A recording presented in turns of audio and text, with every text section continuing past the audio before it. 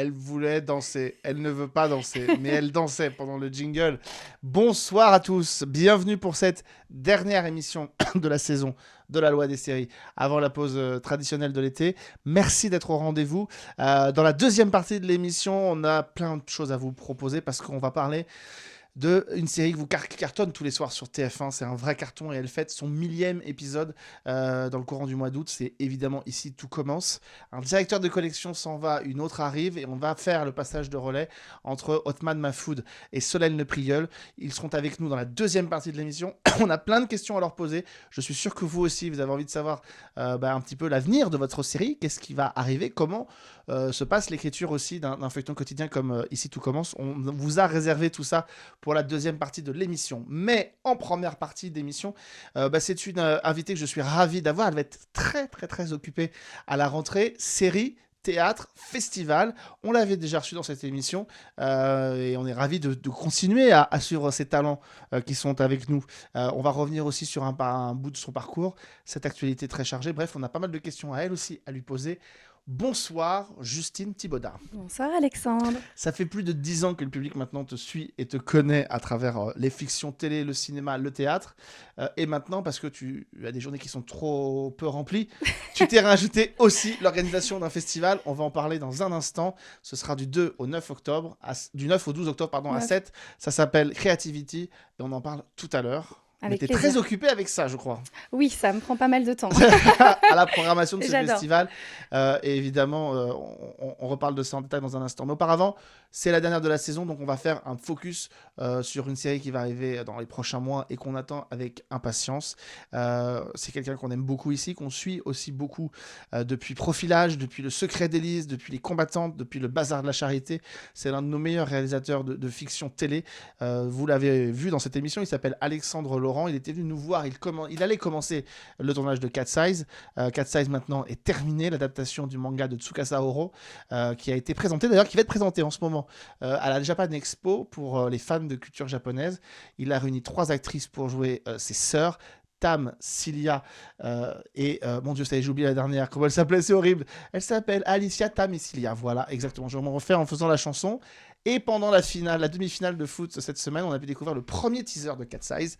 Et bien voici ce fameux teaser. Si vous ne l'avez pas vu, voilà à quoi ressemble cette série très attendue. Regardez. J'ai du nouveau sur la mort de papa. Papa, il est mort il y a 12 ans quand sa galerie a brûlé. Quelqu'un a volé les tableaux et a foutu le feu à la galerie pour se couvrir. Ce tableau, c'est peut-être notre seule chance de découvrir si on a tué papa. Attendez, on va quand même pas devenir des voleuses pour ça.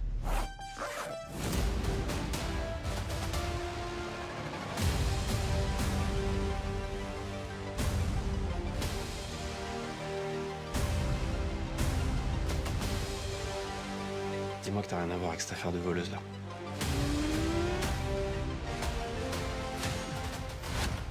Je veux qu'elle comprenne que c'est très mal élevé de mettre le bazar dans le trafic des autres.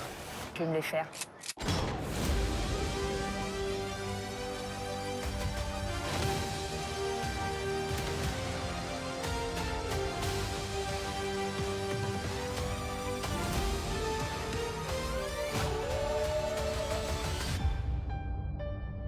Cat Size, la série événement de la rentrée, prochainement sur TF1. Voilà, il va falloir attendre encore quelques semaines, mais on attend ça avec impatience. C'est l'une des séries qu'on attend le plus. Constance Labbé, Claire Romain et Camille Lou dans le rôle de ces 3 sœurs. Si vous avez suivi le manga ou le dessin animé, vous êtes évidemment très en attente de cette série. Première saison, elles ont normalement, d'après ce que j'ai compris, signé pour 3 saisons.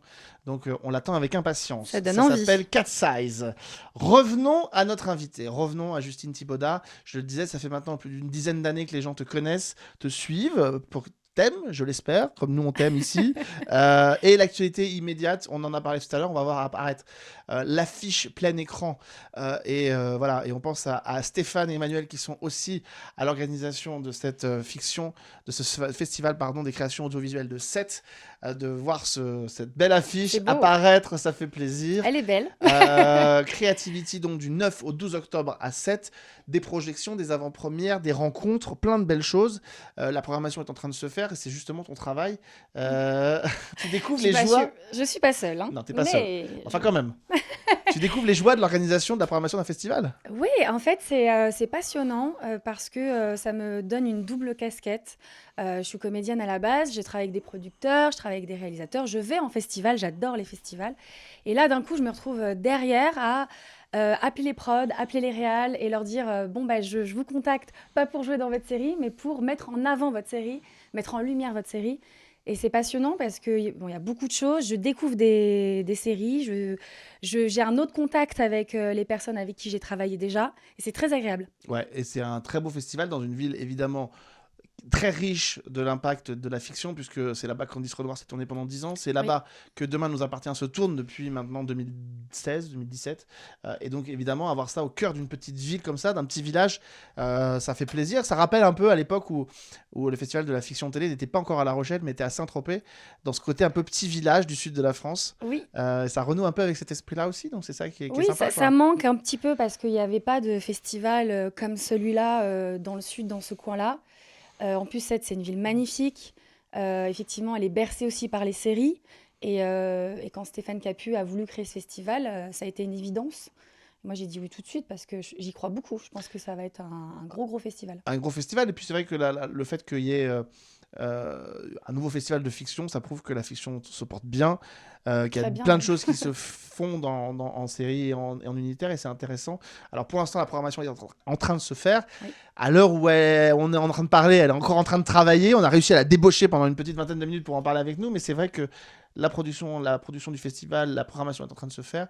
On sait qu'il y a un film avec, de Julie Gaillet qui, lui, ça y est, c'est sûr, il a été annoncé. Oui. C'est sur Orlane de Gouges, c'est ça, oui, je totalement. Crois. Et il va être d'ailleurs diffusé en avant-première le premier soir. En cérémonie d'ouverture. Cérémonie d'ouverture, totalement. Donc on est ravis d'avoir Julie avec nous. Et d'ailleurs, on a une autre Julie avec nous qui sera marraine de notre festival, je peux le dire aujourd'hui, c'est Julie Debona. Vous prenez bien ici aussi, et qu'on aime beaucoup. Donc voilà, on adore les Julie. Et qui tourne en ce moment Erika pour TF1. Donc voilà, effectivement, la fiction télé, ça, elle connaît bien. Et c'est quelqu'un qu'on aime beaucoup. Et vous devriez, nous aussi, on l'espère, nous voir dans ce festival. On devrait y faire des petites choses sympathiques aussi.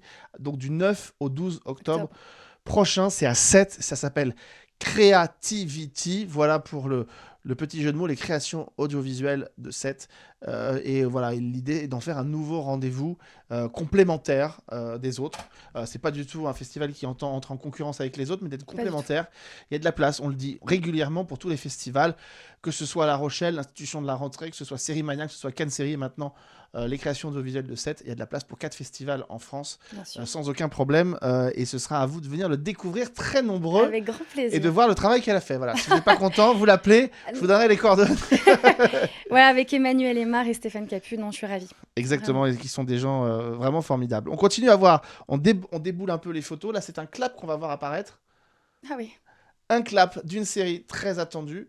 On se demande même si elle ne pourrait pas figurer à La Rochelle, parce que c'est vraiment un des projets très attendus de France Télévisions. Ça s'appelle Ça c'est Paris. Oui. C'est sur le milieu des cabarets. Totalement. Ouais, c'est Alex Lutz qui est le personnage principal. Oui, ça parle d'un grand cabaret parisien. Et c'est fascinant. Il y a eu des mois de tournage. C'est un gros truc. Très long. Je pense qu'ils ne voyaient pas le bout marquer toute l'équipe. Je suis ravie d'avoir parti. Alors, j'ai une petite apparition dans cette série. Oui, mais on ne verra que toi. Voilà. Il s'avère que Marc, j'ai travaillé avec lui sur la série 10%. Et puis, il m'a rappelé. Je n'ai même pas passé de casting parce que c'est une petite scène. Mais j'ai adoré tourner sur cette série, les décors. Et puis de retrouver Marc. C'est un vrai plaisir de travailler avec lui. Et puis c'est une vraie proposition de France Télévisions. C'est vrai qu'on fustige souvent France Télévisions sur les polars et tout. Et là, d'avoir une série qui se passe dans l'univers un peu des cabarets, qui sont une institution parisienne, c'est vraiment hyper intéressant. Et moi, j'avoue que c'est un des projets que j'attends beaucoup cette année. Moi aussi, j'ai hâte. De voir à quoi ça ressemble. J'ai hâte. Je joue une mondaine. Oh, ça te va bien. Parisienne. Ça va bien, t'allais, ça, ce petit côté mondaine parisienne. Pourquoi moi? Je sais pas. C'est contemporain ou c'est d'époque plus ancienne Non, c'est aujourd'hui. Comment? C'est aujourd'hui. Ouais, voilà. C'est vraiment... Non, ça va être beau, je pense. On Ça va être on très l'attend, beau. moi je l'attends avec impatience. Vraiment, depuis que Ouais. France Télévisions a annoncé ce projet, c'est vraiment un des projets que j'attends et je surveille. Ça, c'est Paris. Et c'est vrai que les cabarets, ça, c'est Paris, le French Cancan. D'ailleurs, on va voir s'il y a un numéro de French Cancan. Normalement, il y a du cancan dans tous les cabarets de Paris. Donc, Alors, pas normalement, pour ma part, j'aurais adoré mon personnage, non, mais oui, il y a que ça. Ça va être t'as de la très beau. chance que ce studio soit trop exigu parce que je t'aurais bien fait passer un test de French Cancan dans ce studio. Bientôt. Bien. C'est ce qu'on attend avec impatience. Autre photo qu'on va voir apparaître. Ah oui. Secret de famille. Alors ça, c'est pas une fiction, c'est une pièce de théâtre que tu vas jouer à partir de la rentrée. Ouais. Les fans de Feuilleton Quotidien, et notamment de Demain nous appartient, seront contents de retrouver Xavier Deluc dans l'un des rôles de cette série. Il sera aussi à l'affiche d'un nouvel épisode hors série de Section de recherche l'année prochaine. Mais voilà, présente-nous un petit peu ce projet. Alors, Secret de famille, c'est une pièce de Eric Assous. Philippe Hersen, le metteur en scène, a fait passer des auditions. Je ne connaissais pas du tout ce metteur en scène. Ça a été des auditions très très longues, un peu à la comédie musicale. Toutes les 5 minutes, il y a une comédienne qui passait. Et en fait, moi, il y a eu une rencontre vraiment avec Philippe et Xavier Deluc, avec qui j'ai passé les auditions. Il y a eu une vraie rencontre sur le plateau. Donc, c'est une comédie. En gros, je joue le personnage d'une jeune femme qui va se marier avec Paul, qui est juste à côté, Paul Noilier. Et ils vont se marier. Et en fait, elle va avoir un gros coup de foudre pour son beau-père, Xavier Deluc. Et là, elle va Le lui... vénard. Et là, il va se passer des choses un peu compliquées parce que ça va vraiment mettre le bazar dans ce mariage. Ah oui, tu m'étonnes. Et c'est très drôle, c'est fin. C'est une comédie, on n'est pas sur de la comédie boulevard, mais c'est quand Mais même... c'est un peu l'esprit avec les portes qui claquent et tout ça. alors Pas tellement, non. justement, c'est pas la direction qu'on va prendre dans la mise en scène et même dans le jeu. Je suis aussi ravie de rencontrer Valérie Caprisky, Évidemment. qui est vraiment super. Et Une Laurent, grande comédienne française. oui, voilà. Et Laurent qui est top. Non, mais vraiment, c'est une super équipe. On a commencé à faire des lectures et c'était vraiment... on s'est amusé et je pense qu'on va bien rire. Voilà. C'est à partir de Alors, c'est à mi-octobre. mi-octobre. On part en tournée. Ça va être sur plusieurs mois. Donc on va annoncer les dates très bientôt. On va jouer en région parisienne, donc les Parisiens pourront venir nous voir. Il y aura peut-être un Avignon et peut-être une reprise parisienne, mais ça je peux pas vous l'assurer aujourd'hui. Mais on va parcourir la France, on va aller en Corse, on va aller en Belgique.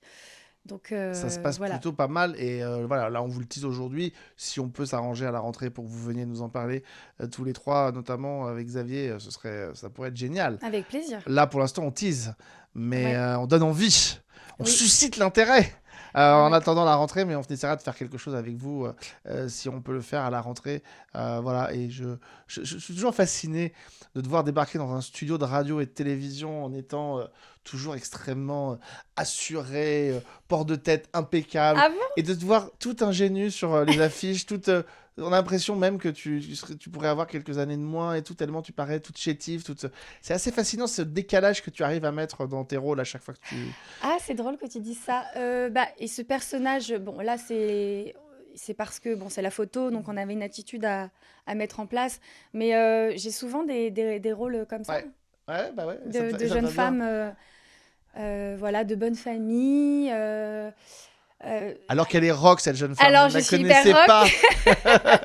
Non, mais c'est les personnages souvent dans lesquels. Mais après, voilà, je peux tout jouer, mais on va dire que c'est le genre de personnage que Qui te on aime colle. bien, on aime bien me voir là-dedans. Bah, on aime bien ce genre d'illusion, mais le feu. Mais je suis aussi jeune que ce personnage qu'on voit là. Mais bien sûr, on ne doute pas en un instant, c'était pas du tout pour être désagréable.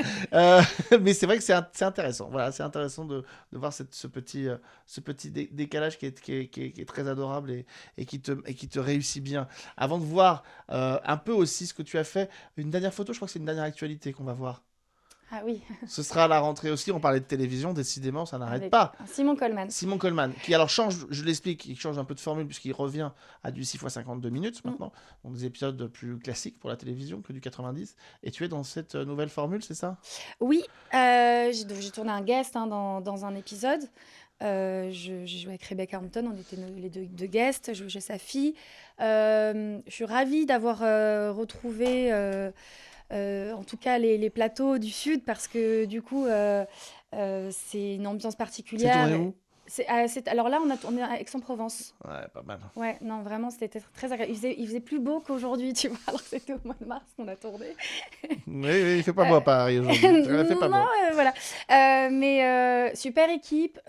C'était un plaisir de travailler avec ce duo de flics. Et ça marche bien. Ils sont super tous les deux. Ils ont vraiment bonne ambiance. Je joue une jeune femme de bonne famille encore. Oh Comme c'est bizarre. Voilà, riche, de bonne famille. Et Je pense que je vais te laisser 30 secondes pour dire des gros mots à l'antenne, juste pour qu'on arrête de t'imaginer uniquement en fille de bonne qui famille. travaille dans une confiserie. Et voilà, il va y avoir un petit...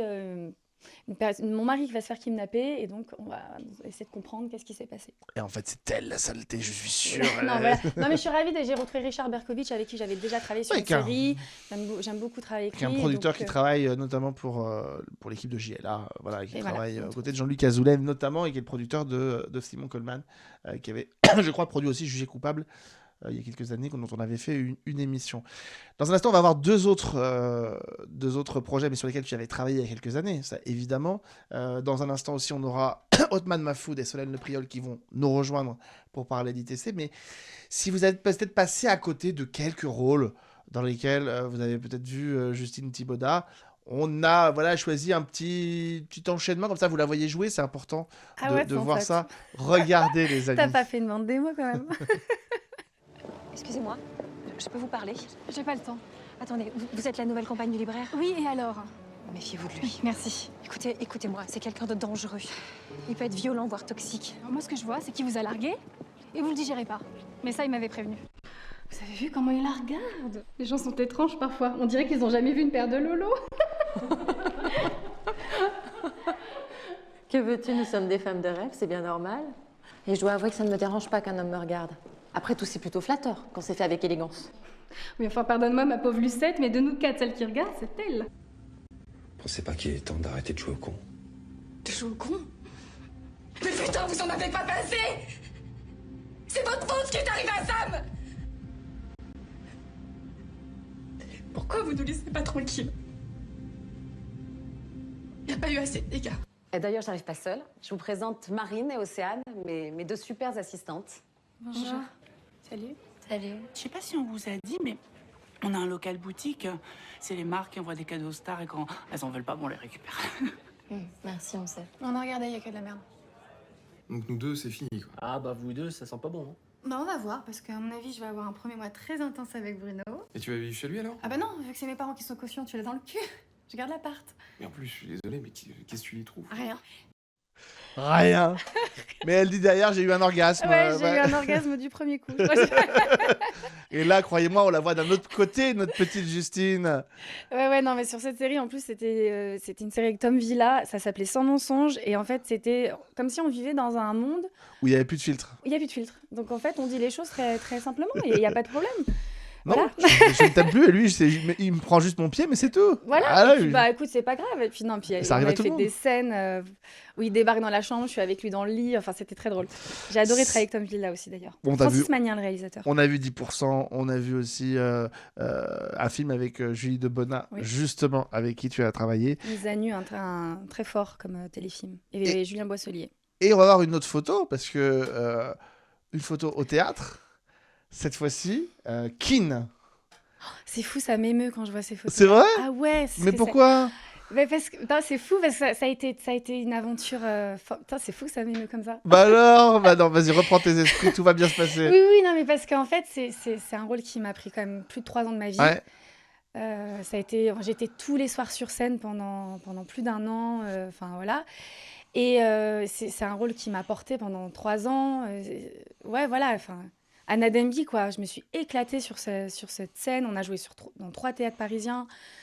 À l'Atelier, au Théâtre de l'Œuvre, au Théâtre 14, pas loin d'ici. Donc ouais, non, très beau souvenir. Mis en scène par, Alain Sachs. évidemment, rappelons-le. Et voilà. Et Alexis Dessau, mon super partenaire, avec qui on a manqué plusieurs fois de se taper des gros fous rires, justement sur cette scène-là d'ailleurs. En plus, c'est drôle parce qu'il me maquillait en rouge sur les joues et puis parfois il s'amusait à faire d'autres choses.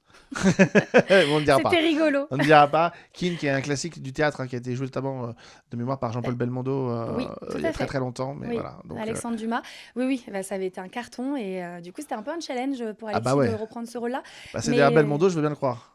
Ah ouais. C'est pas évident. C'est pas évident. Mais du coup, c'est chouette qu'Alain ait mis ça en scène. Donc, on l'a joué longtemps, on tournait après, et puis là, ça y est, c'est fini. Ouais, mais ça a été effectivement un beau parcours. Et voilà, écoute, que t'as été ému comme ça, c'est tout. Oui, parce que voilà, on a été au Molière avec cette pièce, c'est une aventure de fou.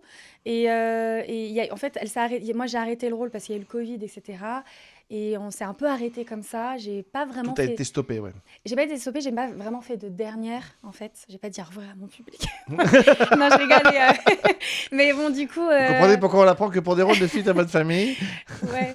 Non, mais du moins, Alain Sachs, c'était un peu mon papa de théâtre avec qui j'avais déjà travaillé sur une pièce qu'on avait jouée en direct avec Gérard Darmon. Et voilà, Alain Sachs, c'est quelqu'un que j'aime beaucoup, et cette pièce aussi. Et...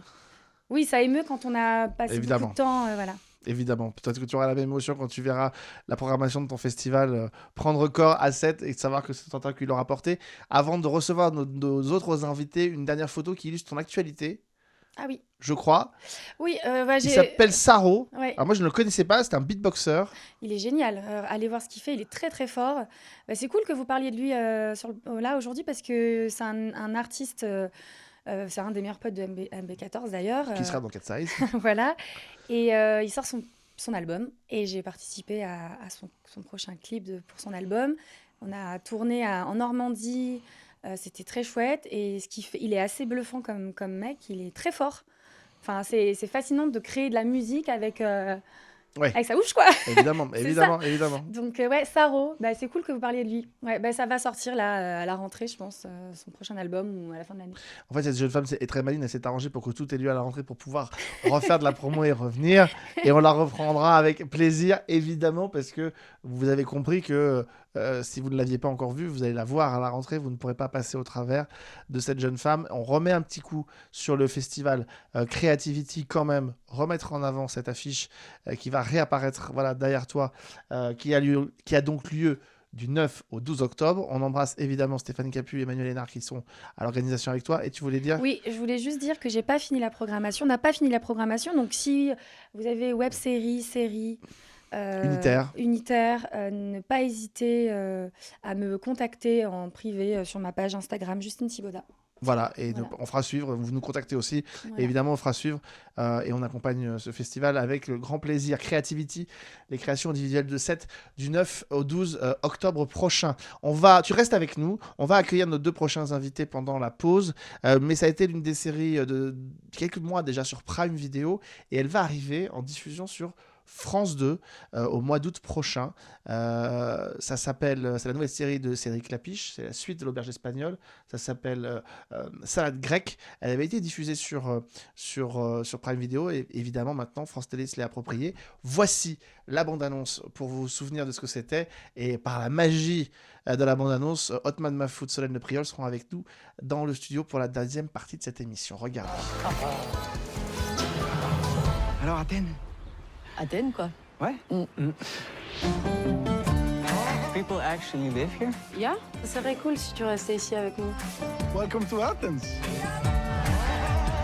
I just want to help the refugees.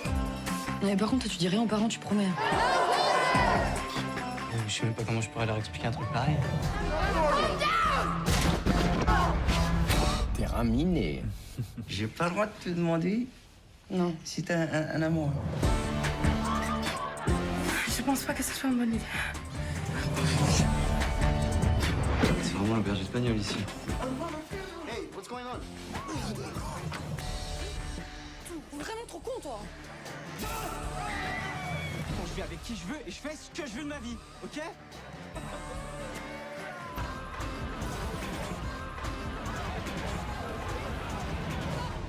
Tell me about Athens. Athens, it's cool. It's cool. Yeah. Voilà, salade grecque, donc, parce que Justine m'a fait remarquer quelque chose de très pertinent pendant la vidéo. C'est pas une nouvelle saison, en fait, c'est France 2 qui diffuse la première saison de salade grecque qui avait été initiée sur Prime Video, comme ils ont diffusé d'ailleurs Cœur Noir, mais je ne me souvenais pas que France Télévisions était partie prenante dans la production de salade grecque. En tout cas, ça sera diffusé en plein mois d'août, c'est un peu dommage quand même, mais bon, ça permet de faire des contenus inédits au cœur de l'été, et c'est pas désagréable. Donc, salade grecque, la suite de cette franchise de cinéma, notamment de l'Auberge espagnole, initiée par Clapiche, qui est à la réalisation aussi de certains épisodes de cette série. Voilà, c'est l'actualité de cet été et ça fait plaisir. Nous sommes de retour dans la deuxième partie de cette émission et je suis ravi une nouvelle fois d'ouvrir une page consacrée à Ici Tout Commence, qui est une série qu'on suit beaucoup ici. Et je remercie d'ailleurs les équipes de Newen qui nous ont permis aujourd'hui de faire cette émission, puisque c'est comme une espèce de passage de témoin entre un directeur de collection et une autre directrice de collection. Alors, il n'a pas l'air très heureux d'être là, mais parce que je sais que ma comparse n'étant pas là aujourd'hui, il ne sera pas question de fessé la dernière fois. Mais on avait beaucoup parlé de fessé qui était au cœur de l'intrigue, des violences corporelles, des châtiments corporels dans ITC. Et je sais qu'il avait été sensible à la question de la fessée, mais non. Othman Mahfoud, qui était le directeur de collection historique, d'ailleurs, de Ici Tout Commence. Hein. Le créateur de la série. Tu étais la créateur de la série, carrément. Donc, et qui est à la manette depuis 4 ans, maintenant. Ouais, 5 ans même, quand on compte le développement. Faut pas le dire. Et celle qui va le remplacer là, ça y est, ça a commencé, parce qu'on découvre ta dernière arche en ce moment sur TF1. Et donc, la prochaine, c'est pour toi, Solène Priol, qui est quelqu'un qu'on connaît bien aussi. Je le disais, beaucoup formé à travailler autour des jeunes, autour des personnages de jeunes caractères, comme on dit dans les séries. Donc, tu as vraiment quelque chose à apporter à la série, on l'espère. On l'espère aussi. On a évidemment beaucoup de questions à vous poser sur la série. Alors, je vais en évacuer une pour commencer directement avec toi, Othman. Qu'est-ce qui fait qu'à un moment donné, on se dit il faut que je souffle, ou peut-être passer à autre chose, on verra ça à la fin de l'émission, mais qu'est-ce qui fait qu'on décide de quitter le bébé qu'on a lancé? C'est vraiment une question compliquée. Père indigne. C'est une question compliquée. En vrai, oui, c'est un peu comme avoir un enfant, en fait. Créer une série, il y a un peu de ça. Donc, on l'aime, puis parfois c'est compliqué parce qu'il demande beaucoup de temps. Et on le voit grandir comme ça toutes ces années. Il y a un côté, chez moi, franchement, un peu laisser l'enfant vivre sans moi. Il y a un petit côté comme ça. Je pense que, en tout cas, personnellement, ce que je me suis dit... C'est comme si les parents quittaient le domicile familial à la place des enfants. Il y a un peu de le laisser sans moi. Je pense qu'il y a un moment aussi, on arrive... Je me suis rendu compte quand je commençais à faire des répétitions, en vrai, en termes créatifs. Je veux dire, quand je commençais à être... Il y a un moment où je me suis dit, il faut que j'arrête pour permettre aussi à la série de continuer à vivre. Parce que, voilà, il y avait quand même... Pour se renouveler ? Oui, pour se renouveler aussi, en gardant une continuité qui reste, mais aussi pour se renouveler. Mais il y a un truc quand même, on a fait... Là, donc quand je vais finir, je serai à 977 épisodes. Petit joueur. En arène close. Sachant qu'à l'époque, quand on a créé la série, j'étais stressé d'aller jusqu'à 100 épisodes. Mais j'en ai fait 1000. J'en ai fait 1000, donc voilà, ce que je ne pensais pas être possible, mais on l'a fait. Bon, j'étais pas tout seul, on est quand même plusieurs dizaines d'auteurs sur la série et une immense équipe. Mais non, c'est quelque chose où à un moment, on se dit, voilà, il faut que je... C'est aussi une envie, on commence à avoir envie d'autre chose. Il y a aussi ça, c'est-à-dire on se surprend un peu on commence à réfléchir à la série, puis le cerveau commence à penser à d'autres choses, à avoir envie d'autres choses. On n'a plus envie de la routine. Il y a un peu de ça, il y a un peu la routine qui finit par... je pense que c'est un scénariste, si on fait ce métier, c'est aussi pour être toujours surpris, en se levant quand même le matin, pour être dans quelque chose de très créatif. On le fait pas pour être dans une routine, pour être dans quelque chose de... En tout cas, je le déconseille, si vous voulez. Je pense qu'à mon avis, quand on est sur un feuilleton quotidien, il y a tout sauf de la routine et de l'ennui. Mais c'est quoi la qualité, là, et ça me permet de passer le témoin aussi à Solène qui est là, c'est quoi la qualité pour être un bon ou une bonne directrice de collection d'un feuilleton quotidien? C'est quoi la qualité nécessaire, la première qualité, tu dirais? C'est une bonne question. Je pense que c'est la vision à long terme, en gros. C'est ça le vrai, c'est le plus compliqué. Et je pense que c'est ce qui fait vraiment un directeur de collection, c'est d'arriver à toujours voir plus loin que les autres. Parce qu'en fait, même on est payé pour ça, en vrai, pour voir, c'est-à-dire dans 6 mois, dans 8 mois, de voir l'avenir presque de la série, puisque personne ne le fera. À part, et de proposer en tout cas un avenir pour la série. de proposer un avenir pour les personnages. Donc c'est plus ce truc de se projeter, en fait, loin. Pendant qu'on va parler aussi avec Céline, on va apparaître une première photo pour illustrer un petit peu notre propos, parce que voilà, c'est l'une des héroïnes de l'Arche en ce moment sur TF1, et c'est pour moi l'une des excellentes comédiennes de cette série. Je le dis d'ailleurs, petit coup de fil à TF1, qui n'est pas assez exploité dans les autres productions de la chaîne, Zoé Séverin, et je trouve qu'elle gagnerait vraiment à ce qu'on la voit beaucoup plus. Et je me fais la remarque en voyant ne serait-ce que cette photo, c'est à la fois court, 3 ans dans une série, et en même temps, elle a pris une maturité dans le visage, dans la présence et tout, et on se dit que c'est un peu comme un travail de titan, du feuilleton quotidien qui vous donne une espèce de maturité sur le long terme. Solène, on se prépare à avoir des cheveux blancs quand on partira dans 4 ans. Ah, je pense, sans problème. Ouais. Il n'y a pas trop de doute.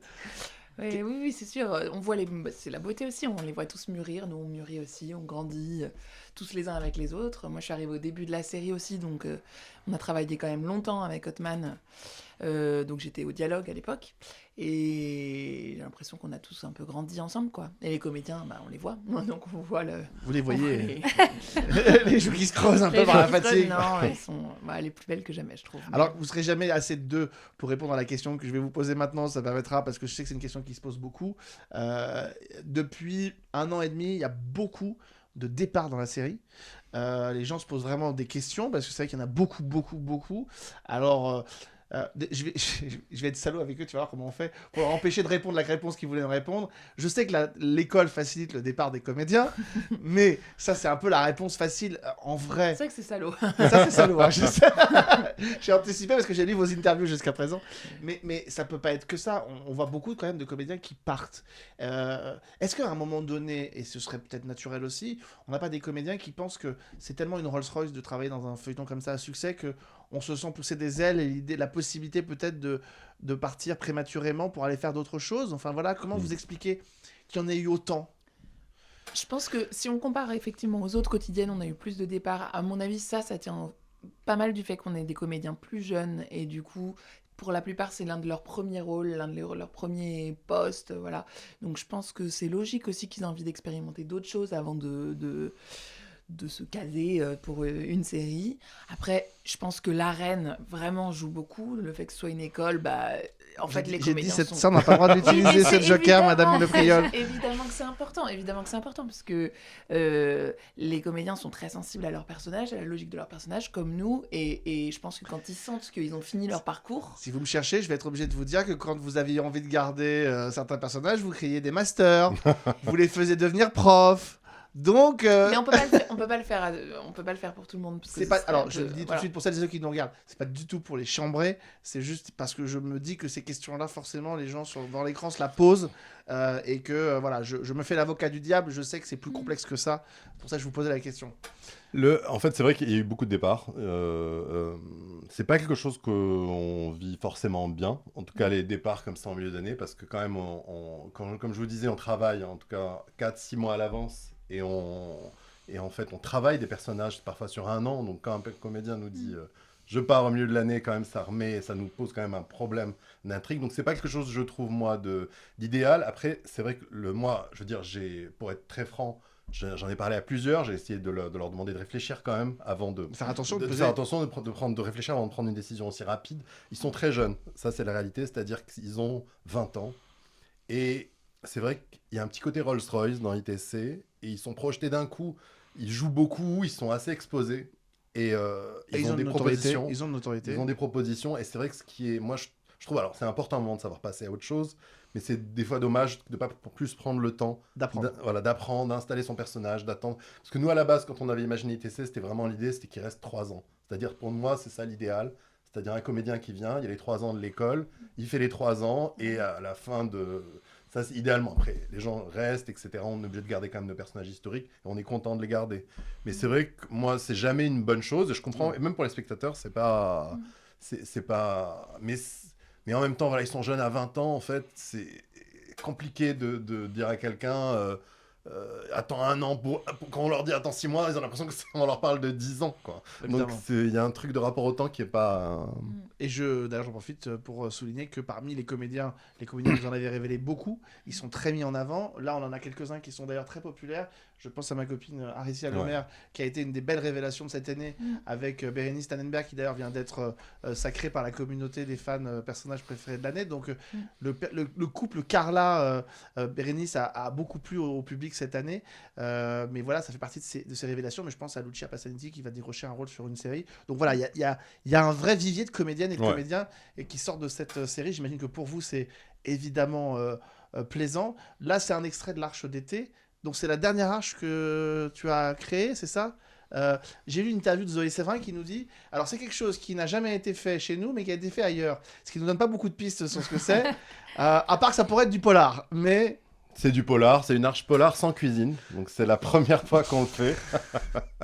C'est une arche sans cuisine, donc ce qui est pas du tout d'habitude. Nous, ce qu'on fait en été, on a plutôt tendance à faire des concours de cuisine, des choses comme ça. Là, on a un peu innové, on a essayé de faire, c'est une saga d'été thriller. Un peu c'est aussi un peu un hommage à toutes les sagas de l'été de Villa qu'on aime bien. Les Cœurs brûlés, Dolmen. Donc il y a des mystères, des secrets dans un très bel endroit, avec nos personnages qui passent des vacances qui au départ sont paradisiaques, vont devenir beaucoup moins cauchemardesques. Cauchemardesques. Au fur et à mesure. Donc voilà, il y a ce petit côté, moi j'aime bien en fait ce côté un peu saga d'été avec des jeunes, et je trouve que il y a un truc qui est vraiment, je trouve, dans le feuilleton français, ce côté un peu... feuilleton d'été, quoi. Ouais, c'est une grande tradition. Il y a les maisons de vacances, les secrets de famille, les trucs. Je trouve que c'est dommage que ça soit un peu perdu. TF1 le relance, ils ont annoncé que alors je pense pas que ce soit prévu pour ça à la base, mais ils ont annoncé qu'à la conférence de presse que la série de Nolwenn Broceliand inaugurerait la relance des sagas de rentrée dernièrement. J'ai vu que tu voulais d'aller dire quelque chose. Oui, j'allais dire que il y a aussi, enfin moi j'aime beaucoup l'Arche d'été et je trouve que ce qui est très chouette dans l'Arche, c'est qu'on est heureux de voir comment nos personnages sont quand ils sont en vacances, et ça on l'a jamais vu. On les voit toujours dans un contexte de travail, et donc ça fait du bien aussi de pas les voir cuisiner, de découvrir autre chose sur eux. Est-ce que ça vous fait dire que ce serait peut-être pas mal non plus que la série ne tourne... Alors ça c'est mon leitmotiv à chaque fois, mais on va la garder parce que je pense que ça concernera peut-être plus facilement l'avenir de la série avec Solène. On a appris il y a quelques jours que ITC allait faire un break pendant 15 jours pour Jeux Olympiques. Alors, est-ce que vous nous avez fait le coup de DNA avec la Coupe du Monde, c'est-à-dire un énorme cliffhanger juste avant? Non. Mais pas du tout, ça nous ressemble absolument pas. On ferait jamais des choses comme ça. Jamais ça, c'est trop dur pour les spectateurs. Non, oui, bien sûr. C'est sûr. On a un beau cliff. Il y a un très beau cliff. Ouais. Mais ça, pardon, mais pour des auteurs de quotidienne, quand on vous dit, vous faites un cliff, vous faites une pause pendant 15 jours, alors que normalement c'est la quotidienneté qui prime, pour rattacher les wagons derrière dans l'épisode qui reprend et dans les suivants, ça doit être un casse-tête pas possible pour se dire, parce que d'un seul coup vous n'êtes pas censé avoir pris 15 jours dans les dents dans l'action, mais en même temps il faut bien marquer cette... Enfin, comment c'est compliqué, non, ou pas? On s'est posé la question, il y avait effectivement les deux options, l'option où on raccorde comme si c'était passé qu'un week-end, ou l'option où on joue les 2 semaines qui sont passées, et on a fait le choix de l'intrigue continue, quoi, donc on triche en fait. C'est comme s'il manquait 2 semaines à la vie. C'est normal. On a vu pire, hein, forcément. On dira que du feu, hein. On dira que du feu, ouais, c'est clair. On dira que du feu, on arrive, et puis il s'est passé un week-end en fait. Et que vaille. En tout cas, cette saga de l'été, il va se passer plein de choses. Évidemment, on va pas vous spoiler, mais donc restez attentifs parce que juste avant les JO, donc, vous aurez un cliffhanger de la mère qui tue qui va arriver, et il faudra attendre le 12, je crois. Le 12 août pour la reprise. Je précise d'ailleurs que ce sera pareil, alors pour Cliffhanger je ne sais pas, mais ce sera pareil pour Plus belle la vie, qui est aussi suspendu pendant les tournages. On va voir une autre photo apparaître, parce que voilà, ça c'est l'événement. L'événement, vous avez fêté le tournage du 1000e épisode il y a quelques jours, ce sera diffusé je crois courant du mois d'août, je pense fin août, c'est ça? Tout à fait. Avec une belle surprise, à pas louper, à l'épisode. Francis Huster revient encore. Ça y est. Mais on attend ça avec impatience. Ah, elle a pas dit non. Elle a pas dit non. Putain. Et là, ils se disent, putain, c'est un enfer, on n'aura plus chez lui. À chaque fois, il va nous deviner nos... Non, mais sérieusement, est-ce que vous avez tenu compte, pour créer ce 1000e épisode, de la leçon de ce qui avait été fait sur DNA? On sait que ça avait été compliqué sur DNA. Il y avait voulu avoir un espèce de reboot un peu de la série avec beaucoup de nouveaux comédiens, Xavier Deluc dont on parlait, un nouveau générique, etc. Et puis ça avait un peu déboussolé les fans. Donc est-ce que vous avez tenu compte de ça pour structurer le 1000e épisode, mais surtout ce qui vient après, quoi? Faut pas trop transformer la série ou pas? Non, après, nous, on est resté plutôt dans une cohérence voilà, on reste assez fidèle au code de la série. Il n'y a pas eu d'envie de nos parts de renouveler un peu le code. Donc, il y a une belle surprise dans l'épisode 1000. Il y a plein de surprises qui arrivent, mais on reste bien dans les codes ITC.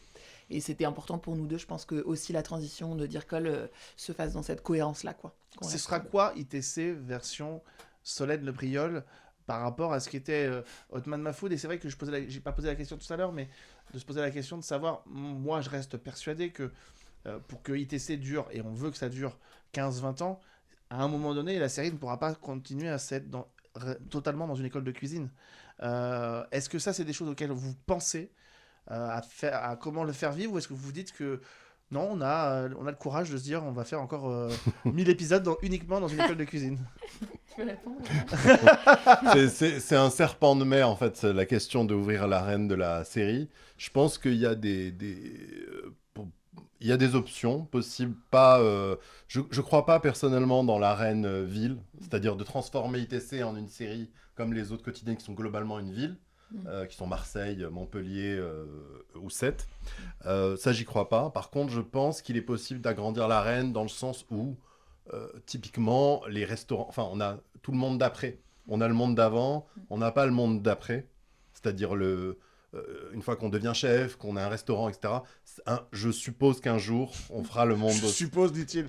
Quel escroc, je suis sûr qu'il sait déjà qu'ils vont le faire après le millième épisode. Non, pas du tout. Non, pas du tout. Là, on reste pour l'instant. En tout cas, moi, mais je te laisse répondre. Mais oui, on va avoir de nouveaux décors, donc on ouvre un peu, on ouvrira sur certaines choses, mais on reste quand même dans notre école. Pour l'instant, l'école, l'arène, tout ça, c'est assez costaud pour encore.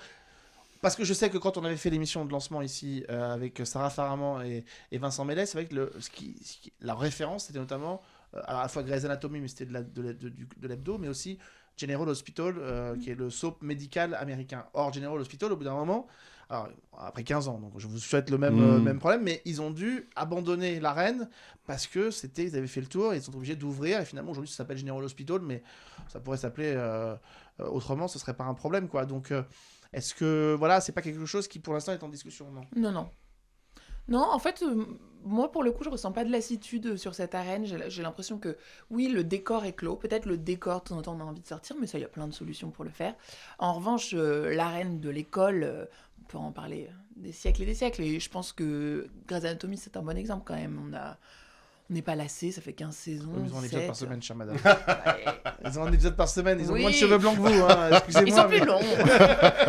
Ils ont un épisode par semaine. Là, on rentre dans la saison 5 aussi, avec ce 1000e épisode. Ça va être quoi la couleur de cette nouvelle saison? Je me souviens que l'année dernière, on en avait parlé, il y avait ce fameux enquête autour de Auguste Armand, qui avait déboulé sur plein d'autres intrigues derrière. Voilà, est-ce que l'intrigue d'été est fermée, etc., puis après on repart à zéro? Est-ce que ça va avoir des conséquences? Enfin voilà, comment vous avez construit le début de cette saison 5? La saison 5 commence plutôt juste après l'Arche d'été, avec cette arche qui arrive, donc qui commence juste avant les JO. Et c'est plutôt cette intrigue-là qui lance un peu vraiment le ton de la saison. Et du coup, je peux pas en dire grand-chose. Non, voilà, vous n'allez pas pouvoir vous en tirer comme ça. Il n'y a personne en régie qui nous écoute. Ah si, elle est là, tiens, bonjour. Je croyais qu'elle n'était pas descendue assez vite.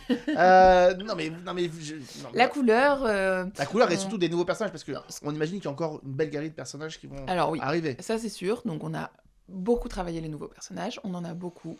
Ça c'était aussi... forcément lié au départ, mais pas seulement. On avait envie d'avoir une grosse promo, on a vu que ça a marché l'année dernière, on a eu une grosse promo et qui était vraiment super, très très réussie.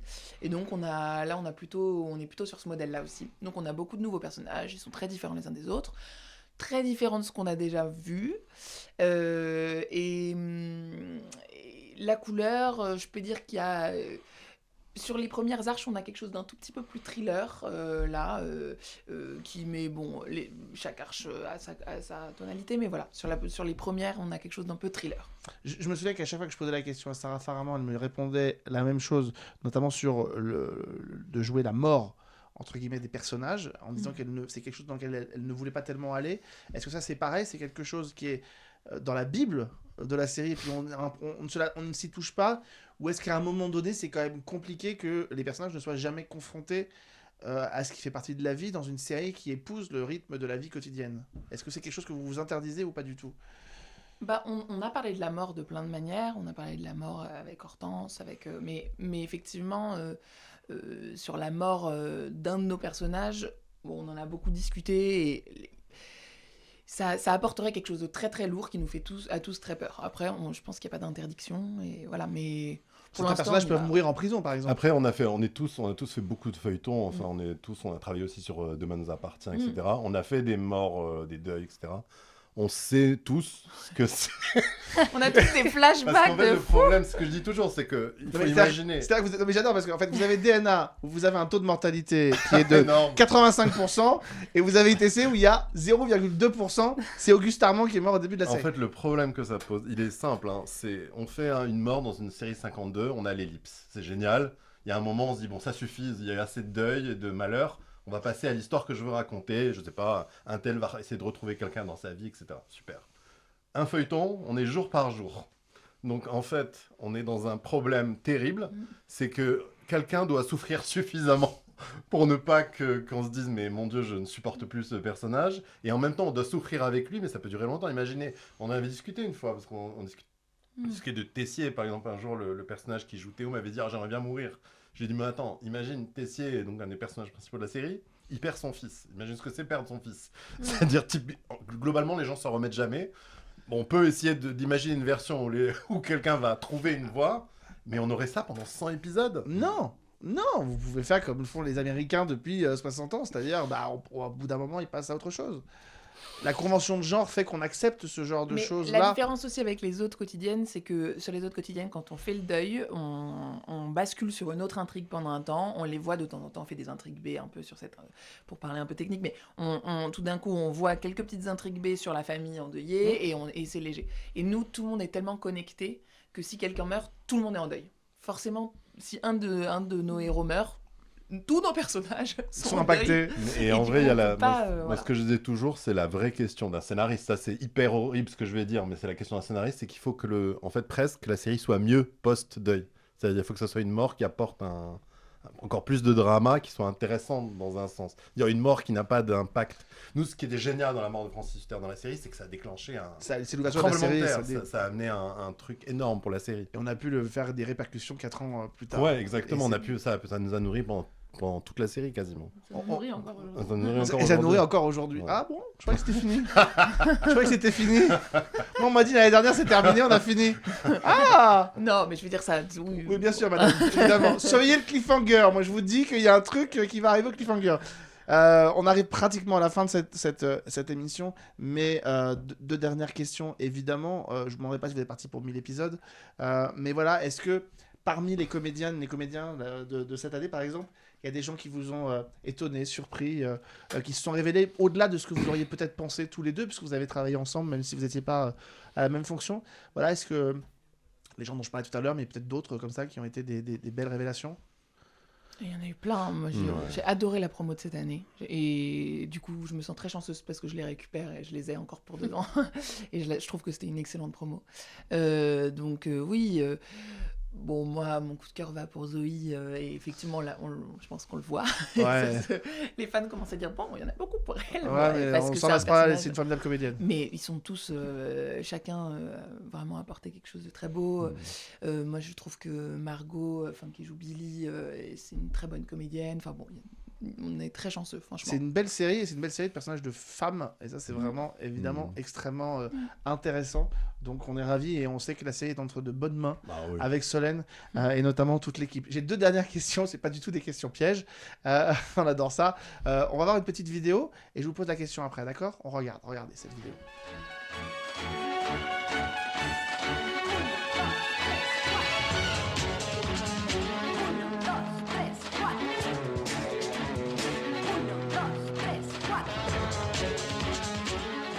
Undo Stress, une école de chant, de danse. Ça nous a donné envie d'en faire un 4e. C'est ce qu'a dit TF1 à sa conférence de presse. On sait, grâce à nos confrères de Téléstar, et je vais lui dire que ça se faisait, qu'il y avait un 4e feuilleton qui allait être fait. Est-ce que, cher Othman Mahfoud, vous quittez ITC pour vous intéresser à une école de danse ou de chant pour un nouveau feuilleton quotidien? Non, pas moi. Pas moi, mais oui, certains de mes anciens collègues d'ITC de début, oui, bien sûr. Donc vous n'y serez pas? Non, moi j'arrête la... Enfin, j'arrête. Je mets une pause, en tout cas sur la quotidienne, là, c'était 7 dernières années de ma vie, donc je suis bien sûr au courant de ce projet. Évidemment, mais C'est tout. danser, chanter. Voilà. C'est ça. Qui est, oui. Et alors, c'est là je vais être vicelard, vous ne pourrez pas répondre, et j'adore ce genre de circonstances, on ne peut pas répondre, mais je me souviens d'une interview d'une formidable productrice qui était venue ici et qui m'avait dit que quand elle avait lancé ITC, son inspiration, c'était une école de chant et de danse qui s'appelait la Star Academy. Donc peut-être que parmi les collègues de cette nouvelle promotion, peut-être que Sarah Faraman sera à la manette de cette nouvelle série. Ça, on le saura bientôt, mais pour l'instant, personne ne peut rien dire, et j'adore ça. Je ne résiste pas parce que j'ai un peu regardé quelque chose, et je veux juste faire regarder un générique d'une série que moi j'aime beaucoup, et je veux voir si ça vous parle, cher Othman Mahfoud. Alors là, les plus anciens vont peut-être s'en souvenir, les plus jeunes non, désolé, mais moi c'est un de mes petits chouchous quand j'étais petit. Regardez cette série et on en parle après avec Othman Mahfoud.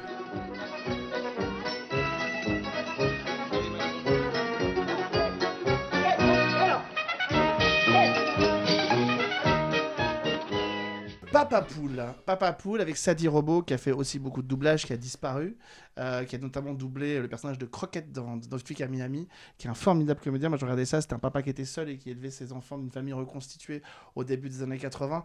Il y avait même la chanson qui était chantée par Sadie Robo. Et alors j'ai vu dans votre... Ah, tu as regardé, c'est pour ça. J'ai regardé votre parcours et je vois qu'il y a un projet de ce truc qui s'appelle Papa Poule en 52 minutes. Et je me suis demandé si vous aviez envie de faire un remake de cette série des années 80. On a essayé, franchement. Ça, je sais pas où ça en est, mais je pense que ça a été gelé depuis. On a essayé parce qu'il y avait un truc. Il y a toujours ce mythe d'essayer de recréer une grande série familiale. Ce que toutes les chaînes cherchent, de tout ce qui a été laissé par Famille Formidable, par Fais pas ci, fais pas ça, etc. Donc il y avait un peu ce rêve-là. Après, c'est très difficile aujourd'hui d'écrire une série de comédie familiale. Et les chaînes ont une vision, une approche de la comédie familiale qui n'est pas évidente, en fait. Parce qu'il y a un truc... Quand on regarde Papa Poule, c'est assez chronique. Et les chaînes ne travaillent plus du tout comme ça, en fait. On travaille même toutes les grandes séries familiales, on n'est plus sur des enjeux hyper forts, quelque chose... Et du coup, il y a un truc qui est...